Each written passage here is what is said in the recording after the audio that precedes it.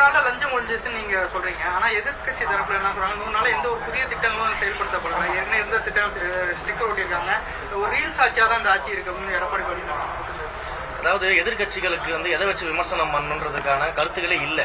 இங்க மக்கள் தெளிவா இருக்கிறாங்க, மக்கள் மகிழ்ச்சியா இருக்கிறாங்க, மக்கள் எங்கள் ஆட்சியை வரவேற்று இருக்கிறாங்க, எங்கள் முதல்வரை பாராட்டி கொண்டு இருக்கிறாங்க, மக்கள் மிக தெளிவா இருக்கிறாங்க.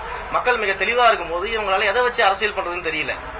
நீங்க 100 நாள்ல எதையும் செய்யலாம் 100 நாள்ல இவங்க என்ன செஞ்சுட்டாங்க? இவங்க என்ன ஆட்சிக்கு வந்த உடனே 100 நாள்ல இவங்களாம் அதிமுக ஆட்சியில் இருக்கும்போது திமுக ஆட்சி இருக்கும் தமிழ்நாட்டை தலைகீழ திருப்பிட்டாங்களா? இல்ல.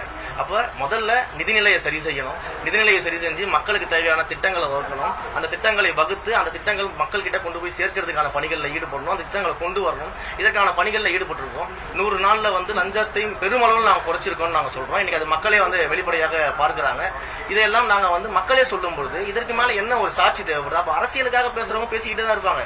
இப்படி அரசியலுக்காக பேசியதான் இன்றைக்கு எத்தனை ஆண்டு காலமாக ஆண்ட 2 கட்சியும் ஒரு பக்கமா உட்கார்ந்திருக்கு. எதிர பேசாமலேயே செயல்ல காமிச்சதுனால தான் நாங்க ஆட்சியில் இருக்கோம்.